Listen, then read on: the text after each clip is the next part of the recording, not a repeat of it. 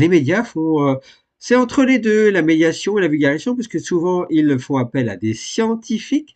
Ils font appel à des scientifiques, donc ils font de la vulgarisation et puis ils font de la médiation, puisque parfois ils proposent des outils participatifs à leurs lecteurs. Donc c'est entre les 2 aussi et vous avez ce qu'on appelle, cet outil, médiatique qui s'appelle le journaliste scientifique. Moi j'appelle ça un outil parce que c'est un travail, c'est un métier à part entière.